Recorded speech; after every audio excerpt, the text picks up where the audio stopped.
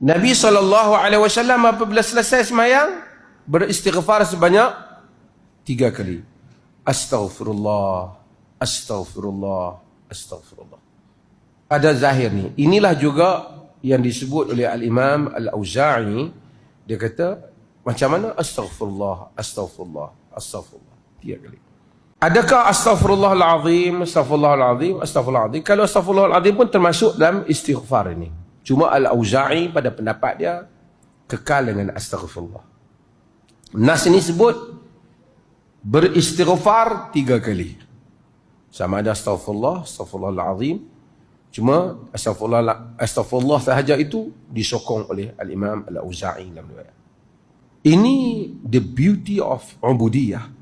Ini keindahan ubudiyah.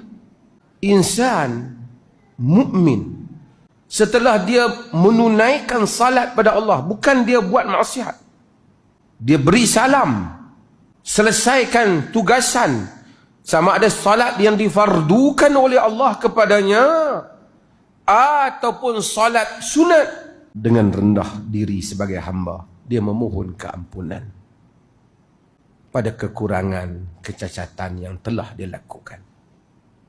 Sebab itu kita kalau baca Al-Quran, kita akan berulang kali saya bagi sebut hal. Memohon keampunan pada Allah ialah perkara yang paling besar yang dibangkitkan oleh Quran.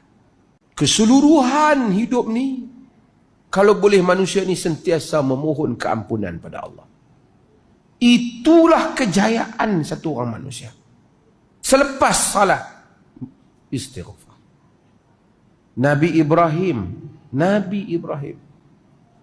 selepas dia doa pada Allah, Rabbi ja'alni muqimas salah wa min zurriyyati Rabbana wa taqabbal du'a Rabbi ghafirli wali walidayya walil mu'minina yawma yaqumu hisab. Tuhan ampunlah aku dan kedua ibu bapa aku. Sentiasa para Nabi. Nabi Nuh alaihi salam, sampai dia doa kat kaum dia, Rabbi la tazar ala ardi minal kafirin ad-dayyara. Apa dia kata? Rabbi ghafirli wali walidayya waliman dakhala baitiya mu'mina walil mu'minina wal mu'minat. Ampunlah aku dan kedua ibu bapa aku, dan pada orang yang masuk dalam rumahku, dan mukminin dan mukminat. Sehingga agama ajar, nak minta sesuatu pun mula dengan minta ampun dulu. Wa qur rabbighfir warham wa anta khairur rahim. Wahai Tuhan, katakanlah wahai Tuhan,